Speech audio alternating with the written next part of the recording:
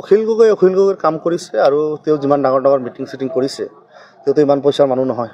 এই পইচা পাতিবিলাক ক'ৰ পৰা গোটাই এই উৎসবিলাক আমাক জনাব লাগে।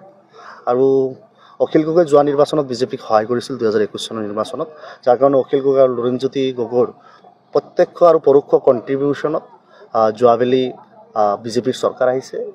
এইবুলিও আমাৰ সন্দেহ হৈছে যে অখিল গগৈ ক'ৰবাত নহয় ক'ৰবাত বিজেপিৰ পৰা ফাণ্ডিং পাইছে, স্পনচাৰশ্বিপ পাইছে, আৰু যাৰ কাৰণে তেওঁ কাম কাজ কৰি আছে। তেওঁতো 1951 চনৰ ভিত্তিবৰ্ষ হোৱাৰ সমৰ্থক, কিন্তু তেওঁৰ কিতাপতো লিখিছে যে 1951 চন নিগম নিকায় পঞ্চায়ত বা বিভিন্ন MLA MP নিৰ্বাচনত 1951 চনটো ভিত্তিবৰ্ষ হ'ব লাগে। তেওঁ সেই কথা বতৰাবিলাক স্পষ্টীকৰণ নিদিয়াকৈ সংখ্যালঘু মানুহে যাতে তেওঁক বিশ্বাস নকৰে, তেওঁ উগ্ৰ পৰ্যায়ৰ জাতীয়তাবাদী নে তেওঁ কমিউনিষ্ট নে তেওঁ কি, তাৰ কোনো হদিশ আমি এতিয়ালৈকে আজিলৈকে পোৱা নাই।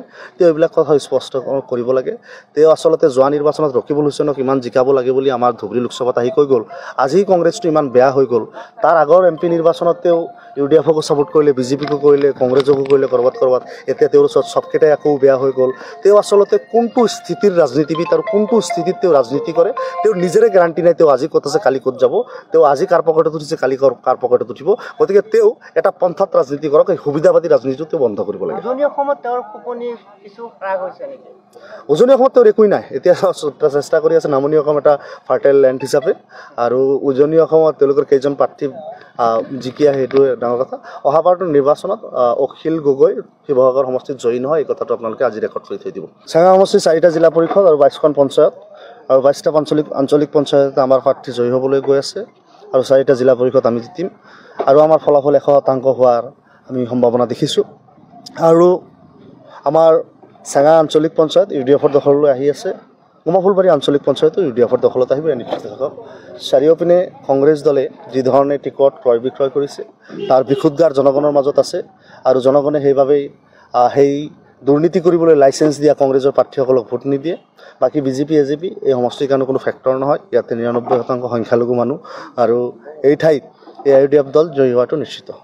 আপুনি আপোনাৰ ভাষণত কৈছে যে উজনি অসমত কংগ্ৰেছে বিজেপিৰ লগত মিত্ৰতা কৰিছে। উজনি অসমত কংগ্ৰেছে গোটেই অসম মিলি 288 ছিট আঞ্চলিক পঞ্চায়তে কোনো কেণ্ডিডেট নিদিয়াৰ কাৰণে BJP বিনা কণ্টেষ্টত জয়ী হৈছে। আৰু এই জয়ী হোৱাৰ কাৰণ হিচাপে আমি দেখিছোঁ দুটা দিশ। এটা হ'ল তেওঁলোকে মোটা অংকৰ পইচা পাতি লৈ উজনি অসমত কেণ্ডিডেট দিয়া নাই আৰু BJPক সহায় কৰিছে, আৰু নহ'লে সেই ঠাইবিলাকত কংগ্ৰেছ কৰা কোনো মানুহ নাই। যদি কংগ্ৰেছ কৰা মানুহ নাই তেনেহ'লে তাতে এই চৰকাৰখনে যে ভৱিষ্যতে এই দলটোৱে যে ভৱিষ্যতে চৰকাৰ কৰিব তাৰ কাৰণে মিছা আশ্বাস জনগণক কিয় দিয়ে, সেইটো কথা কোৱা তেওঁলোকে হয় বন্ধ কৰিব লাগে। আৰু নহ'লে তেওঁলোকে উজনি অসমত BJPৰ পৰা মিতিৰালি কৰি তেওঁলোকৰ লগত মিত্ৰতা হৈছে, বহুত টকা লৈছে, আৰু নহ'লে এইটো স্বীকাৰ কৰক এই দুটা এটা হ'ব, কোনটো হ'ব সেই কথাটো কংগ্ৰেছৰ নেতৃত্বই স্পষ্ট কৰিব লাগে। আৰু নামনি অসমত যিবিলাক পইচা লোৱাৰ অভিযোগ আহিছে সেই অভিযোগ সম্পৰ্কেও এতিয়ালৈকে তেওঁলোকে কোনো স্পষ্টীকৰণ দিয়া নাই। তেওঁলোকৰ তদন্ত কমিটিৰ ৰিপৰ্ট ৰাজহুৱা কৰিব লাগে, আৰু নিৰ্বাচনৰ আগতে ৰাজহুৱা কৰিব লাগে।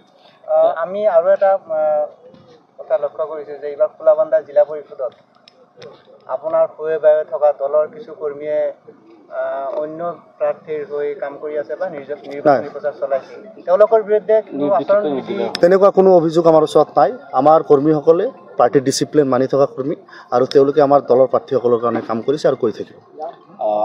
প্ৰাক্তন সাংসদ আব্দুল খালেকাৰে অভিযোগ কৰিছে যে আওফাকে UDFক BJPৰ সৰু ভাই বুলি কৈছে, আৰু আপুনি দলীয় প্ৰাৰ্থীৰ পৰিৱৰ্তে নিৰ্দলীয় প্ৰাৰ্থীক জিকাৰ কাৰণে। নহয়, ভুল কথা। তেওঁ এই অঞ্চলৰ ৰাজনীতি একোৱেই নাজানে, আৰু যাৰ কাৰণে তেওঁ তেনেকুৱাকৈ কৈছে।